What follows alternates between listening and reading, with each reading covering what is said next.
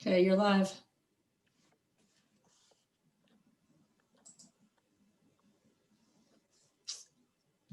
You're Good live. Senator morning. Sears. Oh, We're okay. live, Senator Sears. I know. Good morning. Oh. I'm trying to clear up another error. And this year, everything is, people are so out of. I don't know how Ivory became such a big issue, but I'm glad we don't have to deal with it. Well, We do today. I dealt Well, with I it. meant we don't have to deal with it in committee. Oh, This committee doesn't have to deal with Ivory. I've gotten more emails Yes. on Ivory than I did on S54. When I was on economic development, I did a whole session on that, and it was contentious and horrible, and then it blew up and never went anywhere anyway. And so it's like, this thing will never die, the Ivory bill. Okay, so the House has passed its version of S119. The version 119 that the House passed was done in consultation with members of your committee. The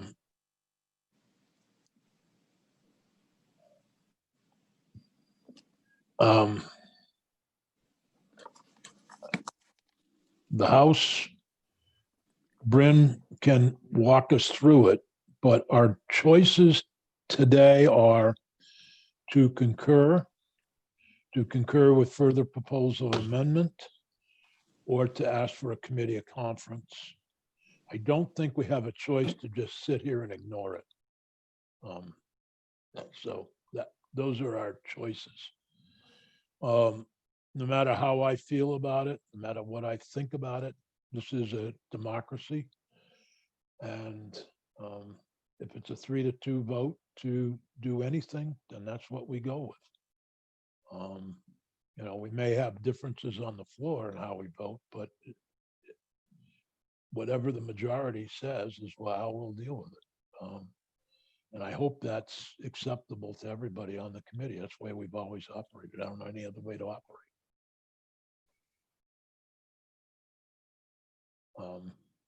makes sense. I mean, I think you're right. That is the way we do things. That's the way we do it in our committee also.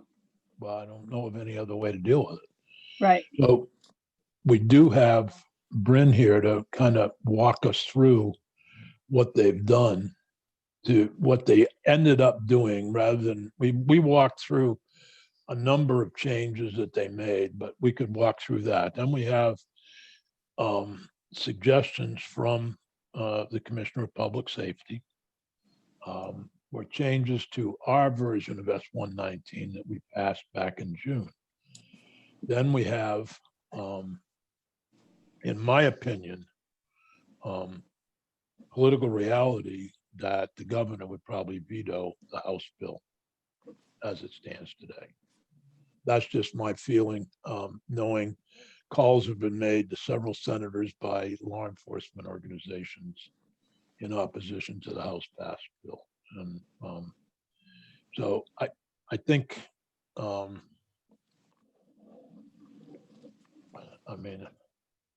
Phil? So I just, before we go into a walkthrough, if that's where we're going, I just want to express one thing I'm thinking. So there's been a lot of worry on the committee about time. And I think if you go back a couple of weeks, I was talking about not wanting to get into a situation where we were 48 hours from adjournment and trying to amend or radically change a bill, because that always winds up with a meeting in the speaker's office or in the pro tem's office. And I wouldn't want it to end that way. So of the options, concurring, I think I could do with what I know today, looking through the bill, asking Bryn questions without the need for further witnesses. If nothing were to happen and the bill died, then that would be what it is. What I can't see doing is at this point, trying to create a new version of the bill that goes back to the House. I really just don't think there's time for that. Well, other committee members?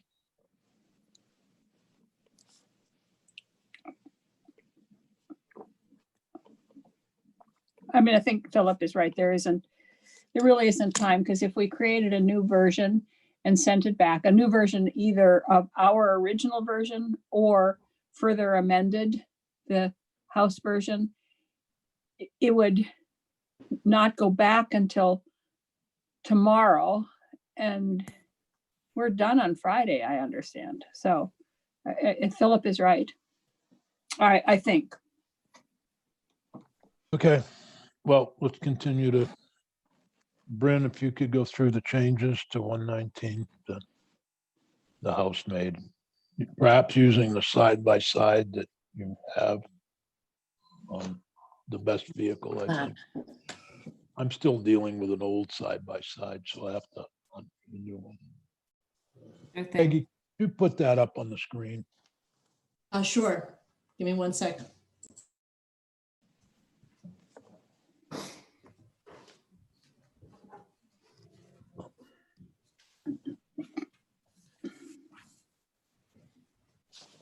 Okay, so good morning, committee. For the record, Bryn Hare from Legislative Council. So you have here an updated side-by-side. So I know that you've looked at this document a few times. The middle column now contains the language from the draft that was passed by the House. So I think that you all looked at draft 4.1. So I'm going to point out the changes between draft 4.1 and draft 5.1 that was passed by House Judiciary Committee, and also the changes that were made on the floor. There were 2 floor amendments that passed. So I'll try and point out all of the differences between what you saw before and what you have before you now in the middle column, which is the House passed column. So Peggy, you'll just have to scroll when I ask you to, if you don't mind, and thank you. No problem. So you see on page 1, section 1, we've talked about that definition of force as physical coercion employed by law enforcement to compel a person's compliance with the officer's instructions. That's was not in the Senate version. Peggy, you can scroll down to the next page, please. So no changes were made to that definition. Imminent threat of death or serious bodily injury, no changes made there. You can scroll down to the next page, please. The committee talked a little bit about that language that appeared at the end of that definition. Peggy, if you don't mind scrolling up a little so we can see that full sentence there. So this is sort of putting some parameters on that definition. And the only change here that was made is to change the word instantly. So this is when you're talking about an imminent threat. From all appearances, that threat must be instantly confronted and addressed, appeared in the Senate version. The House version changed that to immediately addressed and confronted. They just swapped the order of those 2 words, and they changed instantly to immediately, as that's a term that's more frequently used in jurisprudence about police use of force. Thank you, Peggy. So if you could scroll down some more now. Law enforcement officer definition is the same. Prohibited restraint definition is the same. They went back to the Senate version of that definition. And then here, if you'll stay here for a minute, the definition of totality of the circumstances changed from the last version that you saw. If you remember, there was that qualifying language that included whether or not a person was experiencing either some sort of disability, or if their behaviors were impacted by factors outside of the person's control. All of that language was removed. So now the totality of the circumstances definition is really quite similar to the Senate passed version. Conduct and decisions of law enforcement leading up to the use of force and all facts known to law enforcement at the time. So it really is the same as the Senate version. It just swaps the order of those 2 clauses. I'm going to keep going to use of force. So this is all the same as you saw in the last version. If you could scroll down to the next page, please, Peggy. Thank you. So here in subdivision 2, this is the standard that's set forth for a law enforcement officer using force. And you went over this language a little bit the last time you looked at this bill. The House version does provide for some expanded circumstances under which law enforcement may use force. So if you remember, the language that was in the Senate version provided that law enforcement shall only use that force that's objectively reasonable and proportional when they're effecting an arrest. And so the House added that language there in yellow, or to achieve any other lawful law enforcement objective. So that's different from the Senate version. Subsection 4 here. If you scroll down a little bit more, Peggy, so we can see the full sentence there. This is the language that says that that decision by law enforcement to use force is objectively reasonable. That analysis has to be evaluated from the perspective of a reasonable officer in the same situation.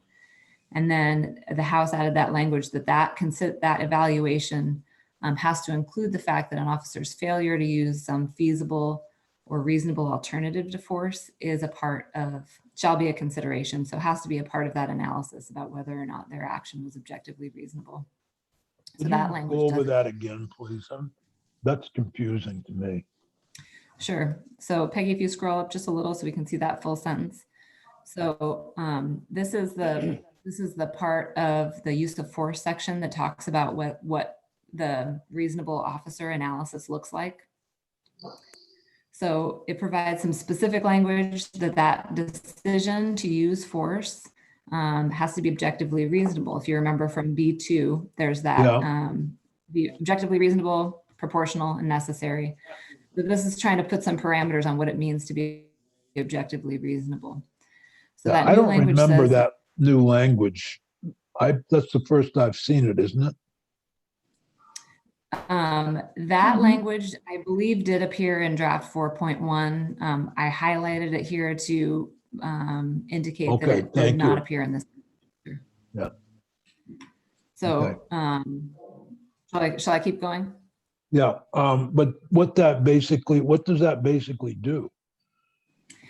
It basically provides, so it sets some guideposts for what reasonable law enforcement use of force looks like. So as a part of that analysis about whether law enforcement use of force was objectively reasonable, you have to consider whether or not the officer failed to use feasible and reasonable alternatives to the use of force prior to using force.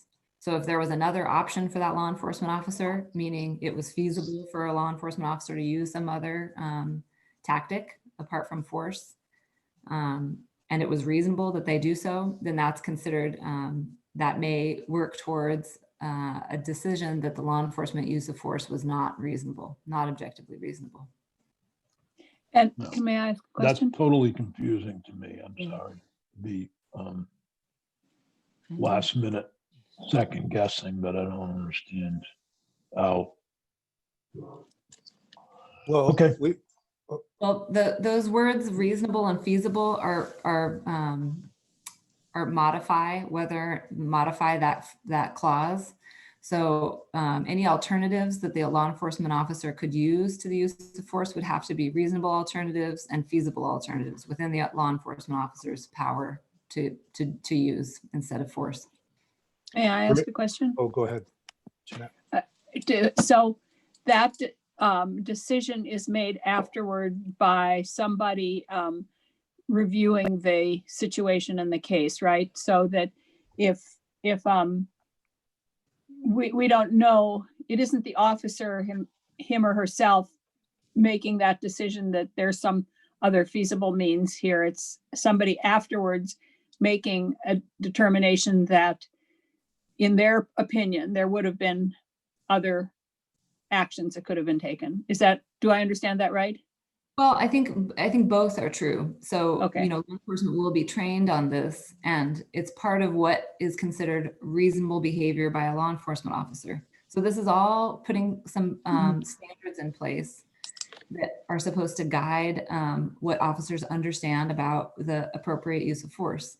So B2 provides that the use of force has to be objectively reasonable, has to be proportional, and it has to be necessary. So what this subdivision 4 is saying is, what does objectively reasonable mean?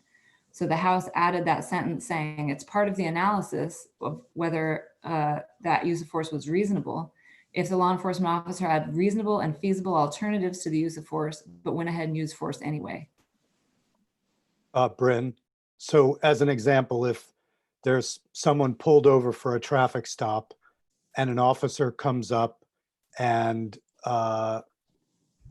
asks them to get out of the car, they say no, and the officer strikes them with the butt of their gun and knocks them out. An ex post facto analysis might say you had several other reasonable alternatives for dealing with that situation, but you skipped over them and you went to a much higher level of deadly force than you needed. Is that correct? Yeah, that's a fair analysis. I think that, yeah, that also would look to the proportionality component of Yep. the standard. Yes. Okay. Not just deadly force, though, it's any force. Or yeah. Okay, thanks. I don't think feasible works, but. Okay, Yeah. Well, I guess it's, am I wrong that this is Monday morning quarterbacking? Well, again, I think what Senator White pointed out is an important point, that this is not just a part of the analysis undertaken by a fact finder after the fact, but it also is providing some explanation for what a reasonable, objectively reasonable person means for when law enforcement are trained on this standard. So it's not just that analysis that's undertaken by the court, but it's also what analysis does a law enforcement officer undertake when they're deciding whether or not to use force. Okay. That would be fair then to say that it would require training manuals to discuss this topic beforehand. Just trying to play out in my head. I know this language will end up in jury instructions. A judge who's doing a judge trial would be using it to make Monday morning quarterback decisions. But I'm just trying to figure out how it would work its way into the training of a police officer. I'll leave it Well, at that. Just rolling it in my head. There's I might be wrong, but I believe there was an amendment added that speaks directly to training. So there are going to be significant shifts in training required if this is adopted, and this would be one of them.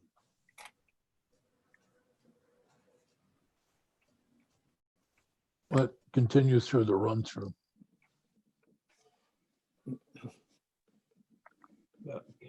So at the bottom of this page, you'll see the subdivision 5 is in yellow. You've looked at this language before. I highlighted it in yellow because it doesn't appear in the Senate version. And this is that provision that law enforcement officer, when the law enforcement officer knows that the subject's conduct is the result of some type of impairment, medical condition, developmental disability, physical limitation, language barrier, drug or alcohol impairment, or other factor beyond the subject's control, the officer has to take that information into account in determining whether or not to use force. And if they do use force, what amount of force is appropriate. Okay, you can keep going, Peggy, please. So now we're getting into subsection C. This is the use of deadly force section. And all of this is the same language that you have seen in the drafts that have been before you. You can keep going, Peggy.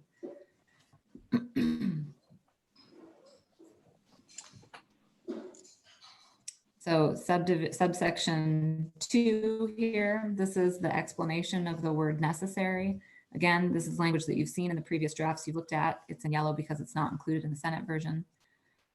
Same with subdivision 3. That's that provision that law enforcement have to stop using deadly force.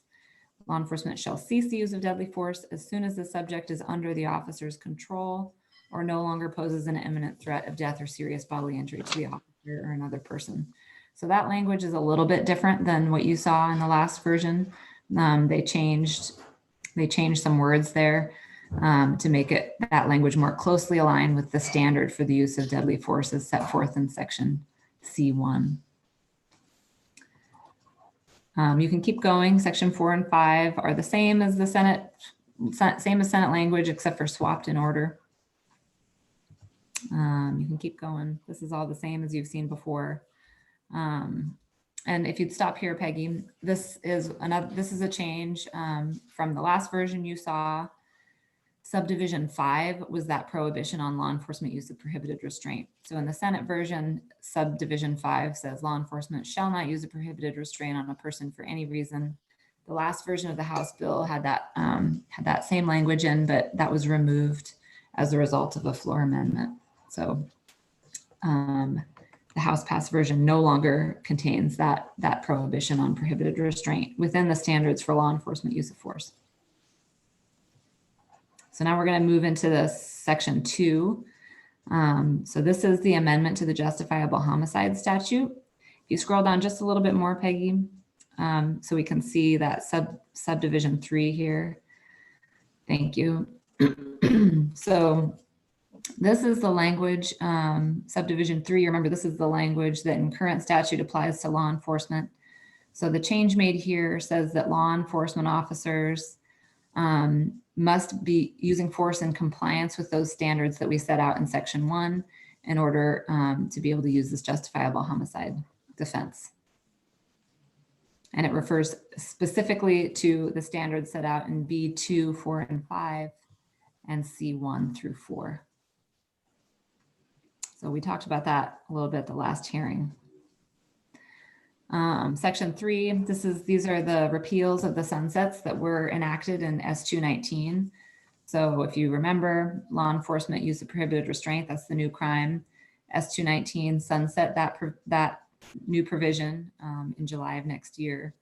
And at the same time, it sunset subdivision 3 of the justifiable homicide statute. So what section 3 does is it repeals those sunsets. So they will no longer sunset in July of next year. Thank you, Peggy. So section 4, this I believe is new language that you haven't seen yet. This is a session law directive to DPS and the executive director of racial equity to report back to the standing committees in February of next year on the process that they undertook to create the uniform statewide policy on law enforcement use of force that was directed as a part of the executive order.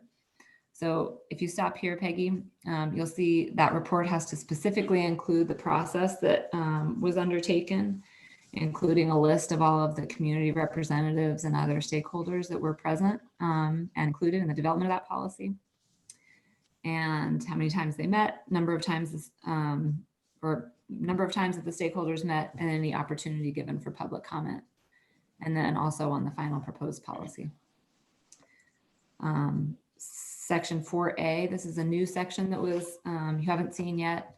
So this adds a subdivision to the minimum training standards statute that specifically provides that the Criminal Justice Training Council shall not offer or approve any training on the use of a prohibited restraint as it's defined elsewhere in the bill, except for training that's designed to identify and prevent the use of prohibited restraint. And then lastly, if you scroll down to I think the last page, Peggy, the effective date section provides that the standards that are set out in section 1 for law enforcement use of force and the changes to the justifiable homicide statute take effect on January 1st of next year. I think the previous version you saw, the standards took effect on July 1st, so they moved that back a little bit. And that's it. Thank you for doing that, Peggy.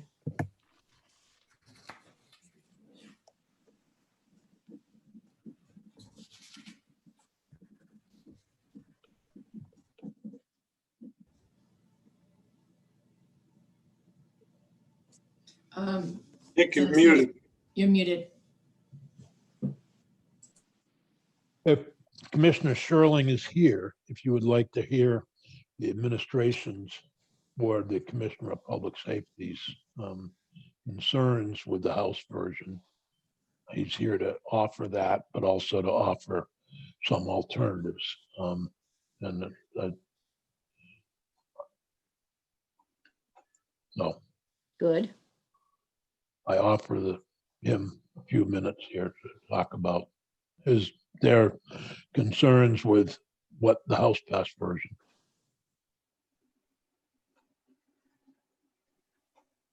Commissioner? Good morning, Senator. Thank you for the opportunity to participate briefly. I'd probably make the most sense to respond to any committee questions or inquiries. The overall response to the House version is that it differs substantially from the Senate's passed version by adding a variety of language that will create uncertainty and an inability to craft training. Also observe that I believe it takes effect on January 1st of 2021, and it will take us months to craft our best guess at what the training would have to look like as a result of the House bill if it were to become law. I'm happy to do a line by line if it's useful, but I know you're limited in time. I'm not sure that's the most constructive use of Well, we have a my copy of your feedback. email to me last night, which basically says that. Correct. So we took another really hard look at the Senate's version yesterday and believe that it's pretty close. Again, well, we think the best approach to this is to direct a policy overlay. In the absence of that, the Senate's version with a couple of small tweaks, one of which the House made, so it's really 3 additional things, would put us on the most stable footing to be able to operationalize what's being directed, to be able to craft training, to use the basis of the extensive training that's available now, hundreds of slides and over 100 pages of written material that is in existence today on training for the use of deadly force. That would be able to be directly ported in large part with the slightly tweaked version of the Senate's bill. But if you were to adopt the House version, we would have to take a wholesale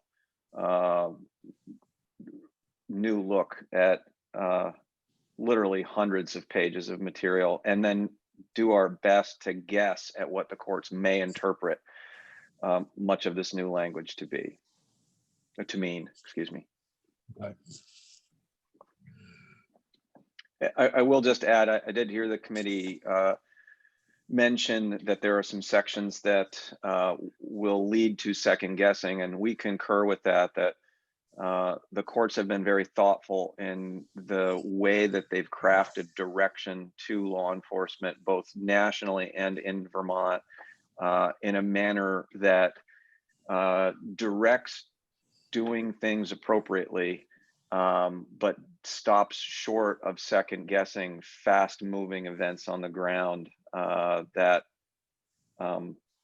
you often hear the phrase, you can't make this stuff up. But if you've ever spent time responding to calls in a police car, you really can't make up the pace, the types of things that you encounter, and the fast moving nature of the evolution of things that we're consistently trying to slow down, but that is not always in the control of the responding officers. Questions for the commissioner?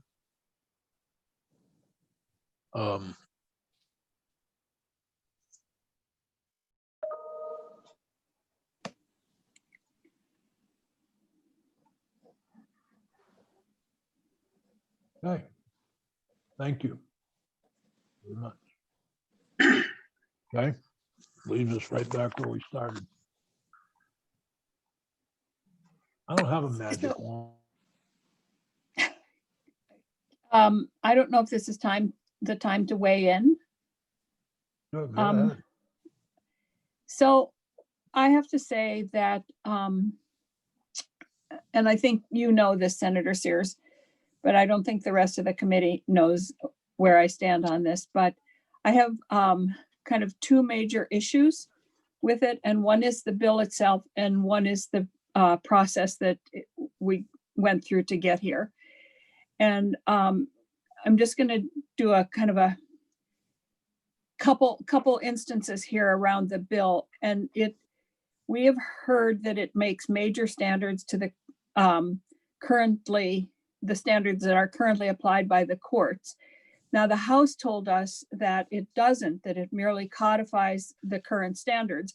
But then on the other hand, we heard that it does make major changes.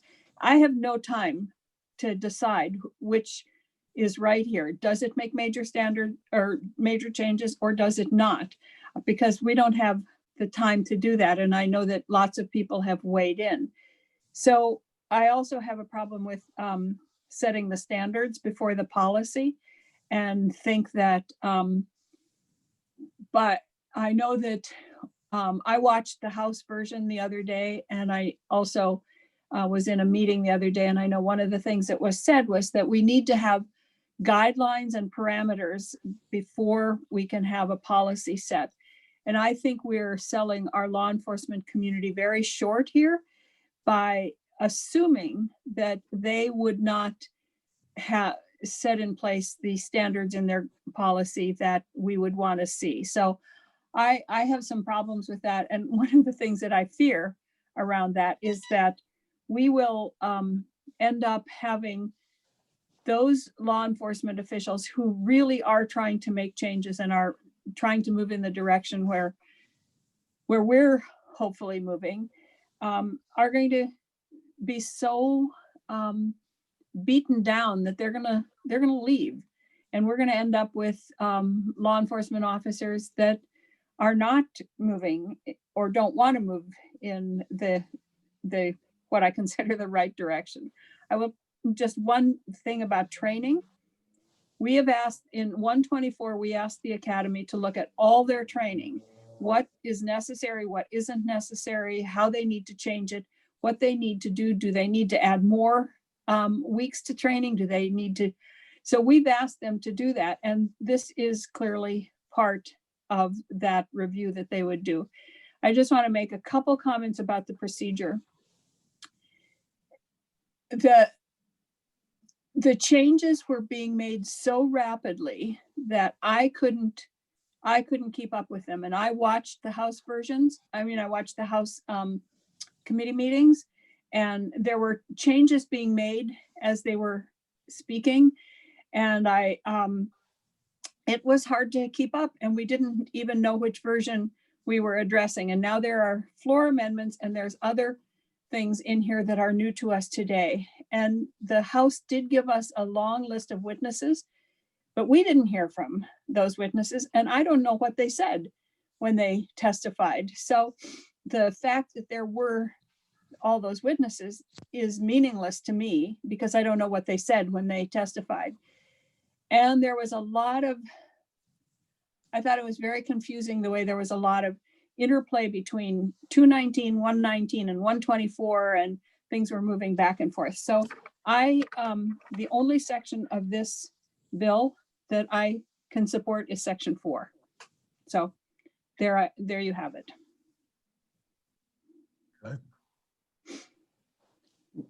Maybe, Alice? so I'm wondering, maybe Bryn said this already and I missed it, but what are the two amendments specifically? So there was a floor amendment that had 4 separate instances of amendment that I believe was the result of working with members of the Senate on achieving Yeah, I asked for several amendments. One was to ban prohibited restraint from training. Okay. The other was the change to the definition of totality of the circumstances to simplify that and make it so that definition was the same as the Senate version. Okay. And the other was to add the training requirement, and also to take out reasonably should have known in the provision that would impose a duty on law enforcement to include information about whether or not the subject's conduct was due to some kind of impairment in their decision about whether or not to use force. So they have to use all facts known to the officer, not reasonably known, or that the officer should have known. Okay, thank you. And also the one other was the effective date section.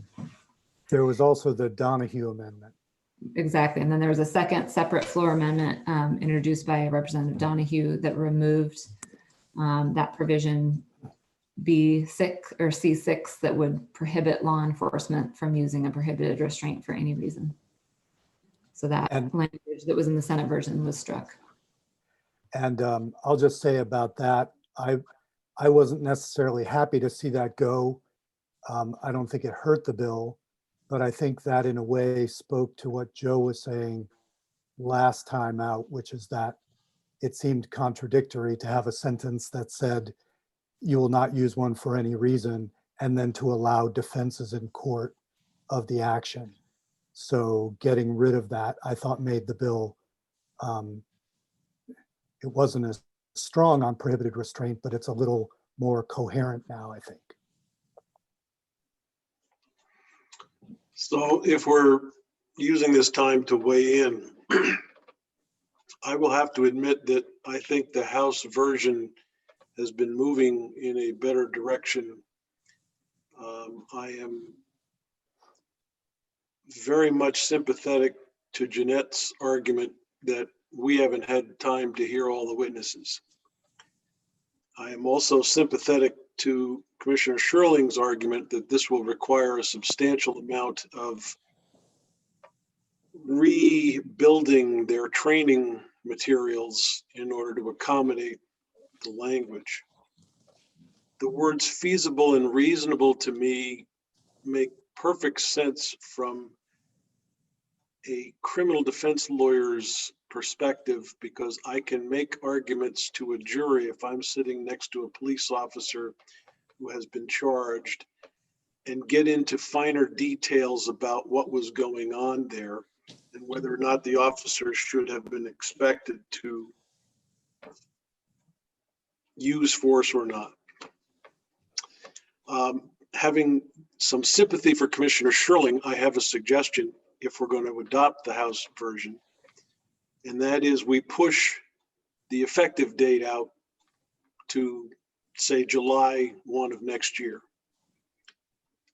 I am not interested in pushing through a bill that places law enforcement at a terrible situation in trying to not only come up with reports, but reconstitute their entire training manual in order to make sure they're on top of this. So giving them 7-8 months to do that makes a lot of sense to me. It also gives the legislature an opportunity to make tweaks if they recognize right away that it is impossible to do X, Y, or Z. I'm not sure politically any of us is in a position to say, let's do nothing. That part doesn't leave me comfortable at all. I think that there is a mindset out there, and this begins to change the mindset. But I want to make sure that when we do this, we do it right. I can read the House language. I think it's better than our original language. But I want to accommodate the potential problematic provisions that might force law enforcement into a bad situation. And I think extending the effective date is the best way to do that under all circumstances. I'll leave it at that. Mr. Chair, may I? Yep. Joe, if I could just ask, I don't want to misunderstand what you're saying.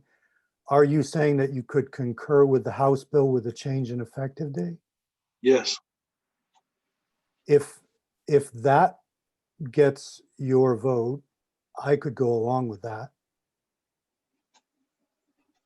Mind you, having said that, I'm still very sympathetic to Jeanette's argument and somewhat angry that we are literally put into this position at the last minute. Mhm. But I think the issue is too important to just leave out there hanging for the next legislative session to begin. And I see this as a work in progress, and pushing that effective date out gives people the ability to continue that work. So if I can, You're my talking 2 cents. sections 1 and 2, right? Joe? Yeah, Just to put my 2 cents in, you know, I think the House began in a place I didn't like, but then they consistently moved in the direction of our bill, and I think they did that with a sense that, as Joe just said, we have to act on this issue. Um, it you know, it's always a question about, do you try to make the bill something that the administration will enjoy signing or not? I think in this case, given what we're talking about, which is, um, to use Commissioner Sterling's phrase, a statutory overlay on public safety and the police writ large, I honestly, I have a hard time believing that we could produce a bill that they would be happy with. What they've made clear again and again is that they would prefer to have it be left to policymaking and training changes. And, you know, I don't think we're in a place where that will be enough. And the reason for that is that we again and again have found ourselves in a place where use of force by the police is creating outrage in the general public. Now, I'll just add parenthetically, I've been referring to the Jason Bellavance case in Burlington throughout this process. Burlington just announced that they've more or less reached a settlement with him to move him off the force on October 5th in exchange for a large payout. So I think there's legislation that needs to be written next session to deal with the idea that union contracts protect people who have used excessive force, and then you have taxpayers on the hook for big payouts for someone who really should be off the force for other reasons. So I agree with Joe. I think this is a work in progress. I do think the House bill as it stands gives me a lot of what I was after in the Senate bill, and some things that we didn't do. I really like the training ban. I think that that's an absolute necessity. That actually came from Terry Lynn, From Terry Lynn. the CSG CGS. Justice Center, remember? Yeah. Well, I like it. I think it's, as the House bill stands now with that training ban and the other standards that it puts in place, I think it sits very comfortably beside 219.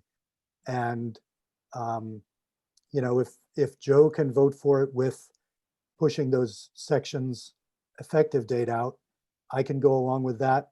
The only thing I would want to say is that that involves proposal of further amendment. Or I suppose the House could be asked whether or not they would amend on third reading. Have they passed third reading yet, Bryn? Yeah, yes, they have. Okay, so if we do concur with further proposal of amendment to change the date, I would hope that I would only go along with that if that's all we're changing. I wouldn't want to get into trying to rewrite wording or remove or add sections in a concur of further proposal amendment. But so that's a long way of saying I support what Joe proposed. Well, that would be going back on what I had suggested, that the House do this as of January 1, but I can live with it if that's what it takes to get 3 votes. And what was the date that repeal of the justifiable homicide takes place in 219? Was that October or July? July of next year. So,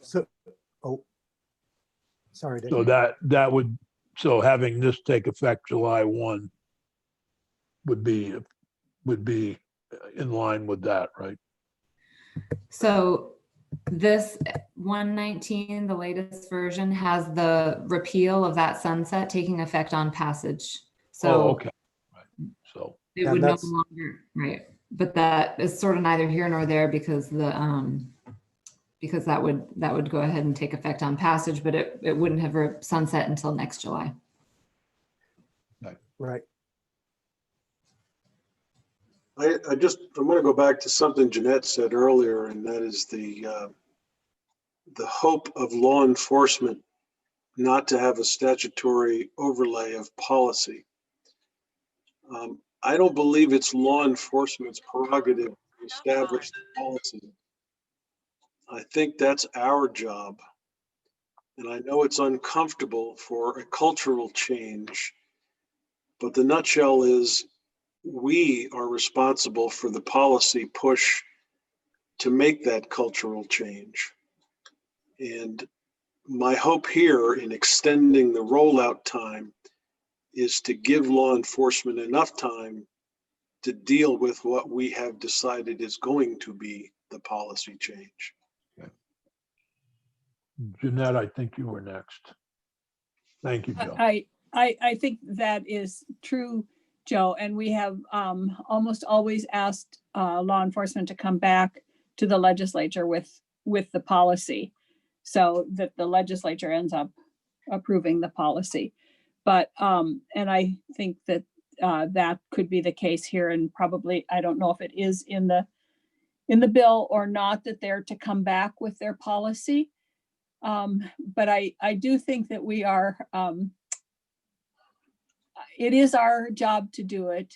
And I think that they've heard where we want to go. I'm not sure. I'm going to say this one last thing here. And we keep talking about all the really horrible cases out there of misuse of force. And there are some really horrible cases, but I think we also need to remember that just the Vermont State Police alone last year had 115,000 different incidents that they responded to, which ended up being a little over 300,000 different people at those incidences.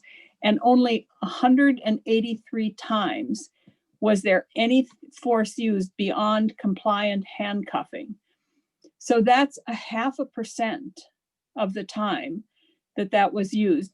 So we are, in my opinion, and I know that this is politically probably suicide for me, but in my opinion, we are responding to some really egregious cases here that, and we're letting ourselves make policy quickly because of the optics out there. And I just think that I want to have this discussion, but I want to have this discussion in real time when we can all sit and have it and have the discussion with people in the room and have it in a thorough and meaningful way. And I don't believe that we've been able to do that in this case. And whether I agree with some of the things that are in the bill or not, I don't think we've had that the procedure has been conducive to being thoughtful. And anyway, I'll just leave it at that.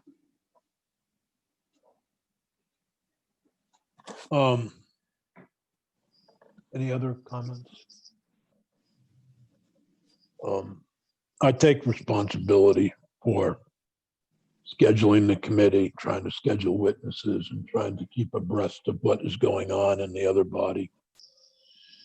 We tried to pass legislation last June, if you remember, S219 and S119. We ended up separating them at the request of the other body in order to give them more time to take witnesses and hear from witnesses. They held 3 public hearings. Mhm. They held a number of hearings on the bill. In my view, what they came back with is some changes to our version of 119, but they're actually today closer to our version of 119 than they were a week ago. We're in the middle, I don't need to say this, but we all know we're in the middle of a pandemic. Nobody's ever tried to legislate in the middle of a pandemic that I know of, at least since 1900s, 1918 and 19. And we're trying to do that remotely, which doesn't afford us the same opportunities to chat amongst ourselves, to see where everybody's at. And we have a split in the committee. I'm ready to support Joe's motion to concur with further proposal amendment, which would change the date. So if, my preference would be to do a bill at this point that would have public safety and other groups on board, but I don't see as that being possible. I would not be surprised to see the governor veto this bill. And while we can't worry about that and what we do, we're at a point where our options are three. Concur with further proposal amendment, as I said in the beginning. Concur or ask for a committee of conference. I've heard Joe, I think, is a motion to concur with further proposal amendment. Is that correct, Joe? Yep.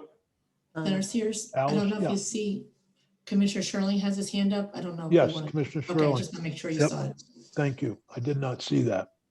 Commissioner, you wanted to comment? That's fine.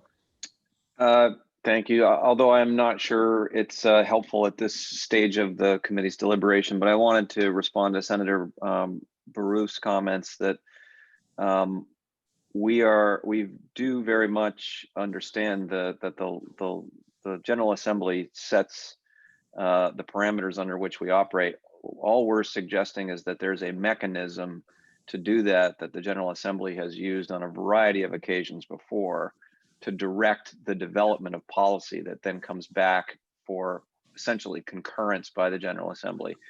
And to the point that, there may be a future look at collective bargaining agreements and accountability, that's certainly in your purview, but I would point to 124 and historic work done on the part of Senate Government Operations led by Senator White to ensure accountability through the decertification process. You already have a mechanism in place to make modifications and decertify officers for violations of use of force policies, especially if you go to the extent of directing a statewide policy and then tying compliance with that policy to decertification. The mechanism already exists. So I say those things just to illustrate that we're not standing in the way. We are offering a variety of alternatives using mechanisms that the General Assembly has already crafted, both on other topics and on this topic as a way forward, both in this arena, but also in officer certification. And if you'll recall, in accountability for agencies as well. So I'm not sure that's neither here nor there, but I appreciate the opportunity to tell you that. Thank you. It's helpful. Alice, did you have a comment you wanted to make? I have a question. With regard to concurring with further proposal of amendment, is that, it's not clear to me whether Joe could just do a simple amendment and then then the next vote would be, do we concur with this further proposal of amendment? Or would he be amending it prior to that vote and there would be a separate? I believe the way it would work is that we are concurring with further proposal amendment. The amendment is offered and voted up or down by the body, assuming that it's supported. It would then go to the House as concurring with further proposal amendment. They would have to have a vote on it to concur. So Right. we would have one vote and they would have one vote. Right. One vote We would have one vote only, not a separate vote of Joe. I don't believe so, but we could check with Bloomer. We should check, please. Peggy, can you check with John Bloomer? Let's see if he's available. I believe I'm right, actually, but Yeah, You want because me to what, invite him to the meeting? if Is he that what you're could, saying? I mean, Oh. I might be wrong, but I believe the way it works is the House appears, the House bill appears on the calendar, and then there's the Lieutenant Governor looks to the chair of the committee for what is the direction the committee wants to pursue. Dick would offer the concur with further proposal of amendment, explain it, and we'd have a single vote. Yes, I'm concerned. Bryn would draft, Senate proposed to the House to concur with further proposal amendment, and that's that one line change. Okay, I'm back in the committee process. Right. My right. question is, I understood Alice to say, Oh, can Joe make his move to amend it with the new date and we can vote on that? And then Yes, do we? okay. I Yes, think that's then what we, Alice oh, I'm asked. sorry, I misunderstood you. you Alice. mean in Yeah. committee, Alice? Right yes, now. Ah, Yeah, yes. we could, I see. Senator Benning has moved that we concur with further proposal amendment. That amendment would be that the date is extended for sections 1 and 2 to July 1, 2021. Okay, I misunderstood that again. I thought that Alice said, can Joe move to amend? And then have a vote on that and then move to concur with that new amendment. So Okay, that's 2 votes. Is Right. that, okay, Yes, I'm looking for 2 votes in the committee. okay. Joe has moved that we amend the effective date of the bill Yeah. to July, of sections 1 and 2. I need to be specific. Sections 1 and 2 to July 1, 2021. Oh, I understand, Alice, now. Okay. Is there any? You're always discussion? one step ahead of us. Right. Yeah. Is there any further? No, Well, now we maybe have John Bloomer. I don't know. No, I don't think we need him anymore. we don't need him.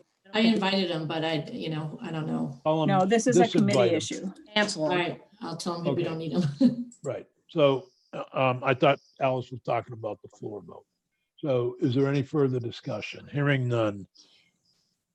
Peggy, could you please call the roll on Senator Benning's amendment to change the date in sections 1 and 2?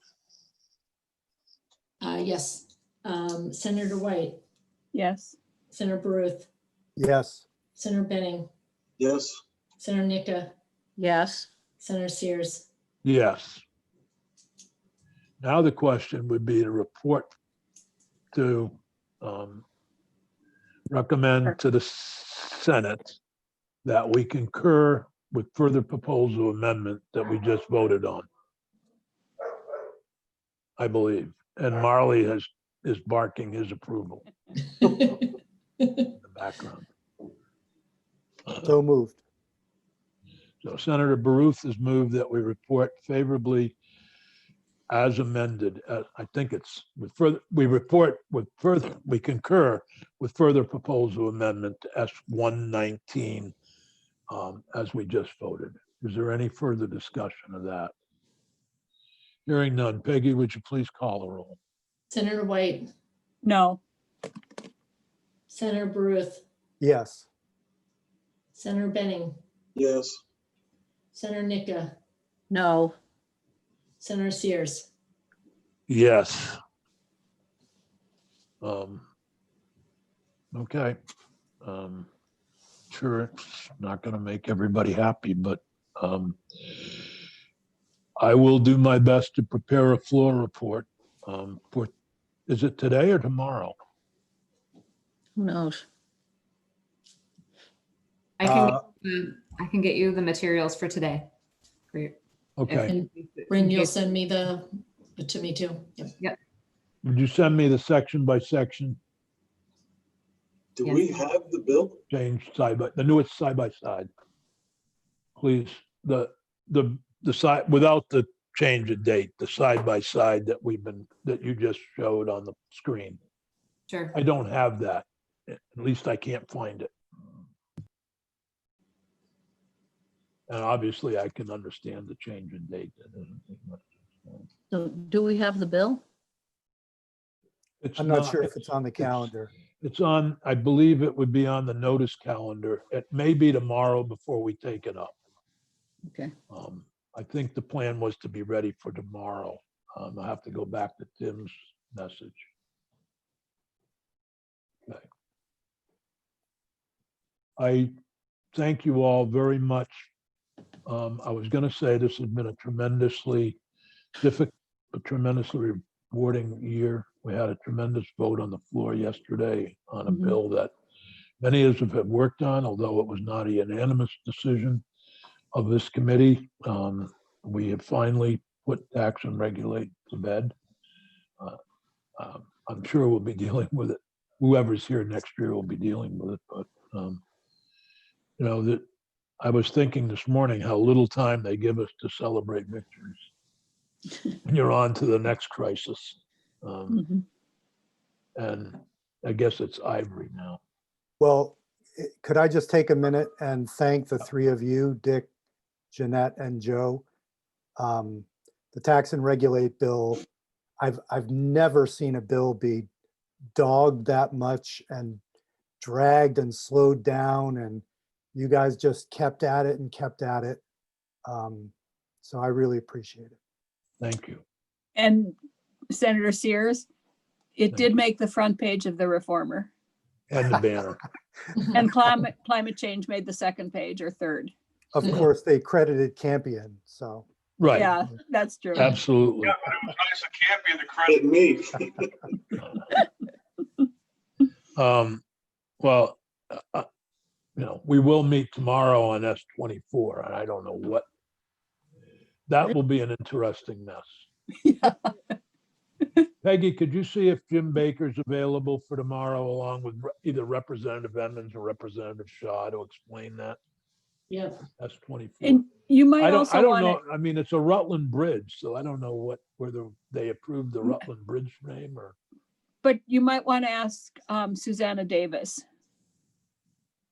Okay, because I believe it has to do with systemic racism and sexism in corrections. And for some reason, they thought they needed legislative approval to look at it. well, is it your That's committee or my committee? No, it's not in my committee. We don't have it. I just heard that from somebody on the corrections, House Corrections Committee. Oh, What's the topic of this bill? racial equity within the correction system. So Somehow the so- House pulled out of the House Institutions and Corrections Committee added to a bridge bill, a whole bunch of stuff on corrections. And yeah, since corrections policy is our purview, we need to look at it. But I mean, we had no testimony on it. I didn't even know. I knew it was coming a week ago. I heard about it. And I'm concerned about what it might do. So, yeah. Yeah. If you can get any of those folks, Peggy, that would be great for tomorrow morning at 10 o'clock. Yep. Yep. All right. Thank you all very much. I'm going to go Thank make you. some lasagna and get Thanks. ready for the committee. And Bryn, I'll wait for the version from you. Okay. All right. Thank you Thanks. very much. Thank Bye. you. Guys. Bye now. bye. Bye.